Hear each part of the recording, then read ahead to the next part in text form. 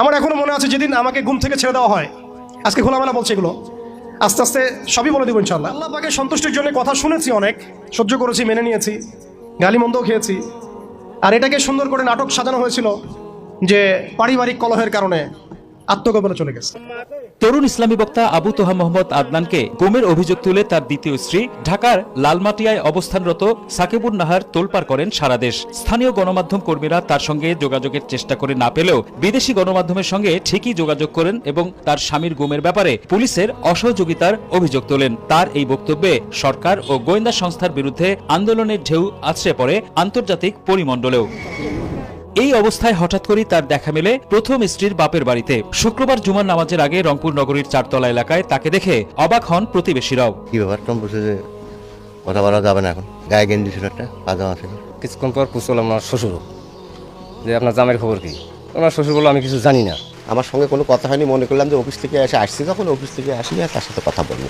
শুক্রবার গোয়েন্দা সংস্থার কার্যালয়ে ডেকে নিয়ে জিজ্ঞাসাবাদ করলে তোহা জানান অন্য কোনো কারণে নয়, পারিবারিক কারণে প্রথমে গাইবান্ধায় বন্ধুর বাসায় আত্মগোপন করেছিলেন তিনি। একই স্বীকারোক্তি দেওয়ার পর রাতেই তাদের নিজ নিজ জিম্মায় ছেড়ে দেন আদালত। তবে কি সেই পারিবারিক কারণ, এমন প্রশ্নের জবাব এড়িয়ে গেছে পুলিশ আইনজীবী তোহা ও তার স্বজনেরা। আজকে খোলামেলা বলছে এগুলো, আস্তে আস্তে সবই বলে দেবো ইনশাল্লাহ। যেদিন আমাকে ছাড়া হয়েছে ওই দিন আমাকে বলা হয়েছিল যে আমি যদি ঘুমিয়েও থাকি তবু আমাকে ঘুমের মধ্যেও মনিটর করার জন্য মানুষ থাকবে। রাস্তাঘাটে যাওয়া তো বহুত দূরের কথা, বয়ান দেওয়া তো বহুত দূরের কথা, মাহফিল করা তো বহুত দূরের কথা, দাওয়াতের কাজ করা বহুত দূরের কথা, মিম্বরে দাঁড়ানো বহুত দূরের কথা। তুমি আমাদের চোখের মধ্যে থাকবা যখন তুমি ঘুমের মধ্যে থাকবা। তো এটা আমরা তখন শিখেছি যে মানুষের প্রাইভেট লাইফ বলতে কিছু বাকি রাখে নাই তারা। আপনি ফোন নিয়ে যা করতেছেন এভরিথিং তারা মনিটর করতে পারে, এভরিথিং। কাকে মেসেজ করতেছেন, অনেক ভাই তখন আমার সাথে দেখা করতে আসলে আমরা ইগনোর করতাম তার ভালোর জন্যই, বিকজ সে বিপদে পড়বে আমার সাথে দেখা করতে আসলে। এবং আপনি যেটা বলবেন সে বলার জায়গাটা আপনাকে দেওয়া হয় নাই, রাখা হয় নাই, আপনি ট্রিগারের সামনে আছেন। তো আল্লাহ পাকের সন্তুষ্টির জন্য কথা শুনেছি, অনেক সহ্য করেছি, মেনে নিয়েছি, গালি মন্দও খেয়েছি। আর এটাকে সুন্দর করে নাটক সাজানো হয়েছিল যে পারিবারিক কলহের কারণে আত্মগোপনে চলে গেছে। তো পারিবারিক কলহের কারণে আত্মগোপনে আমার সাথে আরো 4 জন কিভাবে গেল, আমার গাড়িও বা কিভাবে গেল, আর বাংলাদেশের গোয়েন্দা সংস্থার হেডকোয়ার্টারে আমার লাস্ট লোকেশন কিভাবে পাওয়া যায়, ম্যাপ কিভাবে ট্রেস হয়, মিডিয়া দিয়ে মানুষকে খাওয়ানো। এই কথাটা বলতে কি এখানে আসছি যে শুধুমাত্র টেকনোলজিক্যাল নিয়ন্ত্রণ ওদের কাছে আছে এমন না, ইভেন মিডিয়া দিয়ে তারা দিনকে রাত বানাইছে, রাতকে দিন বানাইছে, এখনো বানাচ্ছে রাইট নাও। এখন আপনারা এই মিডিয়াদেরকে খুব মাথায় তুলতেছেন। এখন কয়দিন আগে তারা ফ্যাসিস্টের পক্ষে ছিল, আজকে মনে করছেন সে আপনার দলে চলে আসছে। তাদের কোনো ধর্ম থাকে না, মিডিয়ার কোনো ধর্ম থাকে না, যেদিকে ফ্লো সেদিকে তারা যাবে।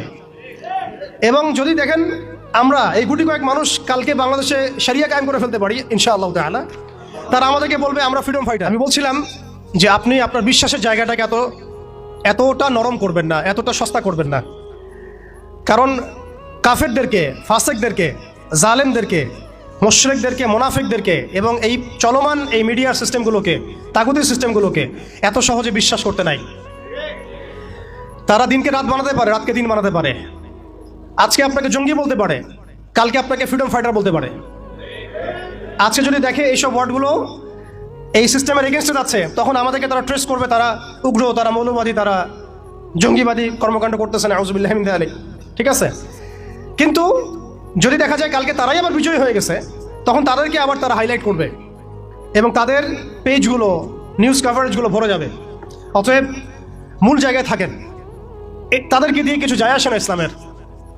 ইসলামের আহলুন নিফাকদেরকে দিয়ে কিছু যায় আসে না।